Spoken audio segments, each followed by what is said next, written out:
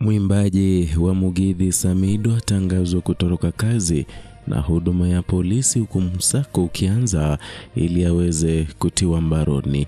Ujambo na karibu kwa taarifa zetu za Kenyascope na kumbuka kusubscribe. Huduma ya kitaifa ya polisi imemtangaza constable wa polisi kwa jina Samuel Ndungu Mchoki maarufu kwa jina la kisanii kama Samido kama afisa aliyetoroka kazi rasmi na kuagiza akamatwe mara moja baada ya kushindwa kuripoti kazini kwa zaidi ya siku 10. Na kwa mujibu wa kumbukumbu ya ndani ya polisi yenye tarehe 9 Juni mwaka huu iliyoandikwa na kutiwa saini kwa niaba ya kamanda wa kikosi cha kukabiliana na wizi wa mifugo ama Anti-Stock Theft Union ASTU, Samida alitarajiwa kurejea kazini tarehe 27 Mei mwaka huu baada ya likizo rasmi. Hata hivyo, tangu siku hiyo hajafika kazini na haijulikani aliko. Taarifa kutoka kwenye mitandao yake ya kijamii zinaonyesha kwamba mwanamuziki huyo wa nyimbo za Mugithi yuko nchini Marekani kwa ziara ya kimuziki. Ingawa ziara hiyo haijathibitishwa rasmi na mamlaka ya polisi, kumbukumbu ya polisi inasema juhudi za kumtafuta hazijazaa matunda.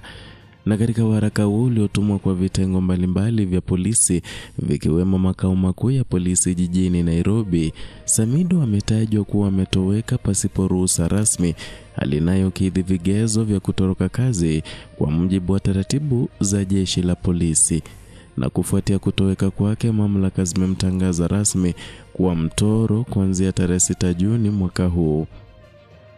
Agizo hilo limeambatana na maagizo kwenye vitengo vyote vya usimamizi wa polisi kusitisha mishahara yake mara moja na kuchukua hatua za kinidhamu kulingana na kanuni zilizopo.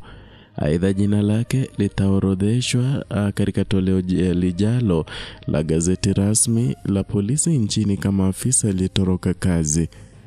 Polisi walioko katika eneo la Gatumbiro katika kaunti ndogo ya Nyandarua Magharibi ambako ndiko anakotoka Constable Mchoki wameelekezwa kufika nyumbani kwa afisa huyu kumkamata endapo atapatikana na kutoa taarifa kwa makamanda wa polisi kwa hatua zaidi. Na pia katika waraka huo viongozi wa eneo hilo wametambuliwa kama Bi Susan Nyambura, mkuu wa eneo, pamoja na Bwana Henry Murase na naibu mkuu wa eneo. Maafisa hao wametakiwa kushirikiana na polisi kuhakikisha utekelezaji wa maagizo haya yanafanyika bila kuchelewa. Hatua hii imechukuliwa huku kukiwa na mjadala mpana kwenye mitandao ya kijamii kuhusu wajibu wa maafisa wa usalama na namna inavyopaswa kutekeleza majukumu yao hata wanapojihusisha na shughuli nyingine za kijamii au kibinafsi.